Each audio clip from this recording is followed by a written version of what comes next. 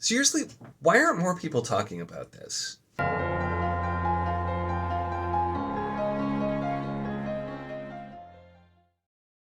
Hello and welcome to my channel. In this video we will be talking about The Curse of Chalion by Lois, McMaster, Bujold, which is the first book in the World of Five Gods, which is technically a series but is mostly populated by more so standalone entries, including this one. The Curse of Chalion, though, is the first one, and is what, from what I've heard, recommended to start with this one, even though there are some that are chronologically before this one.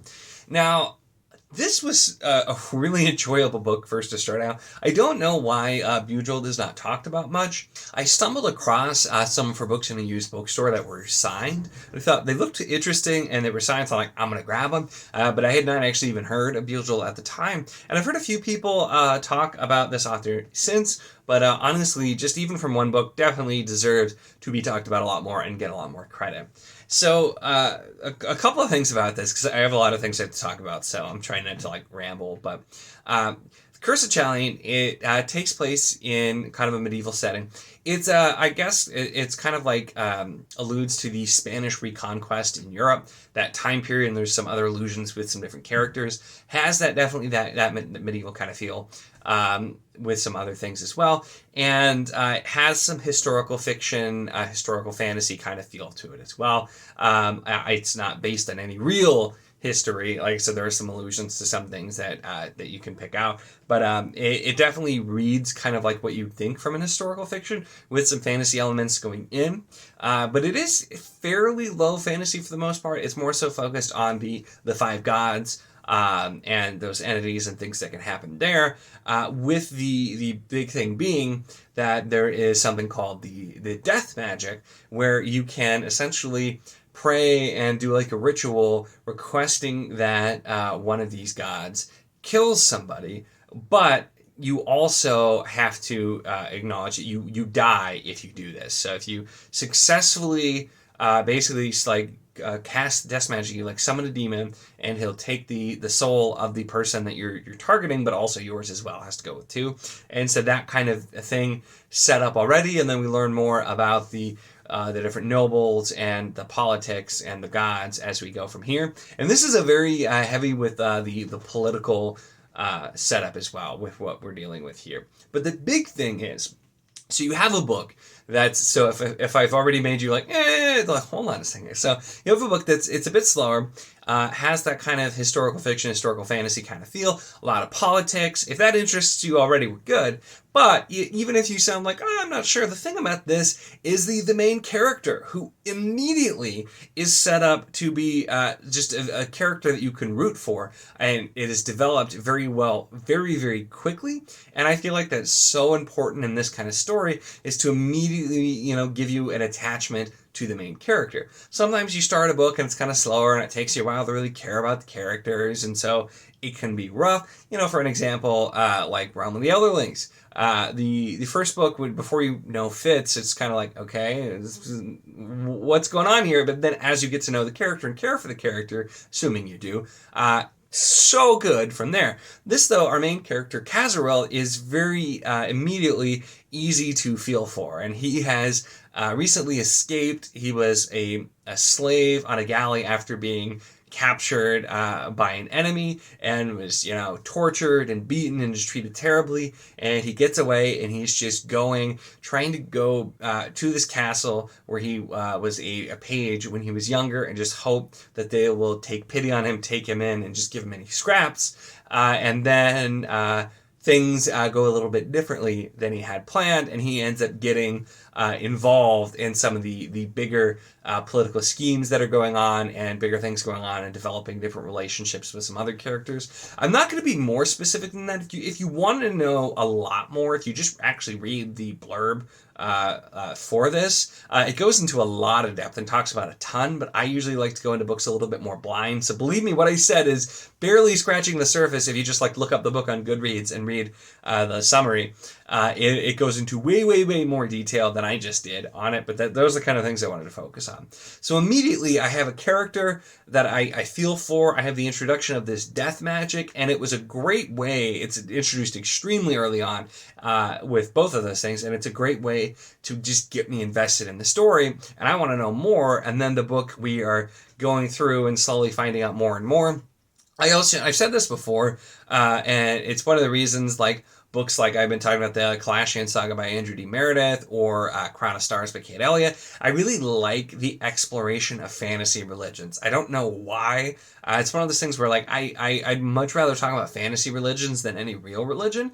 But I love the way that it's explored, especially in fantasy so often where, like, the gods are very real, and it's just really interesting. So learning more about the five gods and having these different things happen, seeing different priests, seeing different things that can happen with the gods are really interesting. And we haven't even gotten to the curse part, where the book gets its name. So it's the Curse of Chalion, because come to find out, the whole, like, royal family of Chalion are cursed. And because of that, that's a big kind of plot point as well. They're cursed to just basically have bad things happen to them, which I'm not going to go into any more detail as well, which also plays a pretty big part in the story, and just adds such an interesting layer between the gods, this curse, all of the political intrigue, and the reasons for some of it.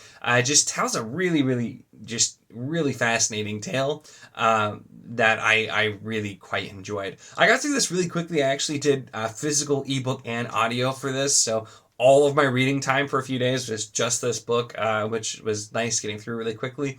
The audio that I did part of also was good. Really nice narrator for this. I do not remember their name, but they did a good job. The book itself, too, is just beautiful, which is why this is normally definitely something I would read physically, but I did a mix. We got the nice print. I know Janie Wirtz does these too. I don't know who else does them, but I just like the chapter icons. Just this nice little picture. Just a really nice, well-made thing here. I definitely, if you can get the hardcover of this, I had a paperback or a softcover copy, and it was not nearly as nice. Really nice, well-made hardcover that I quite enjoy. Also, for the record, one of the reasons it's got a blurb from Robert Jordan on it, so that's always a good sign for me.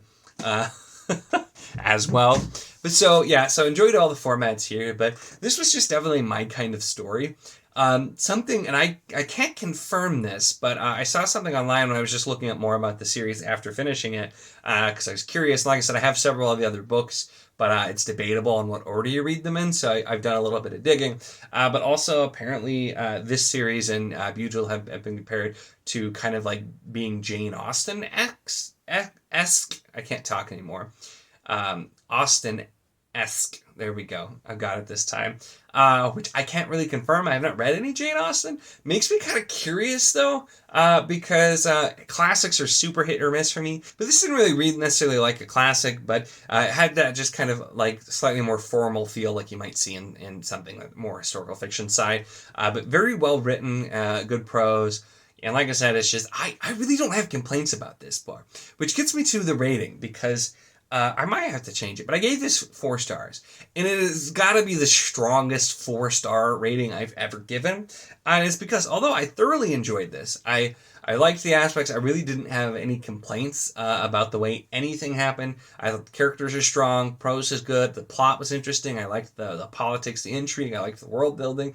It just also didn't like quite elevate up to what I usually like. I feel like for me, 5 stars usually is to really do something for me, be like, I love this, and I really enjoyed this, but it just didn't quite get the love factor. So it probably deserves more than 4. I might change it just the more I've talked about it, because really, I don't really have complaints for this. This is going to be one of those things where it's not necessarily everybody's cup of tea, but I would absolutely recommend this for people who like kind of a more historical fiction, or apparently Jane Austen, which once again can't really confirm. I'd be really curious if you've read both. Let me know if that's legitimate or not, because I don't know if it is. If you like politics and intrigue and that sort of thing with nobles, or you like the bit of exploration of religion, you get a little bit of all of that in here. But once again, a very strong character, plot that is not super meandering. It's all heading in the same direction, and it all relevant. It's just a really strong book, especially for the first book in a series. And I know, and I've heard too, I know I'm going to get some comments on this one, the Vorkosian saga that Bujold wrote is much beloved. And so I will try to get to that eventually, but we're going to stick with the World of Five Gods for now. So not the first thing she'd written, but first book in a series establishing a world. I see also why this is recommended to be first. It establishes the world, the gods, the magic, things like that very, very well. And so I think works really well. But all in all, just an excellent book. Like I said, I might have to change my rating up a bit because I really don't have complaints here. Definitely my kind of style of book. So if you've read some other things I recommended, you'll probably know if it fits you as well. It's just a strong narrative, strong characters, good world and politics and all that kind of thing. And just a really enjoyable read overall.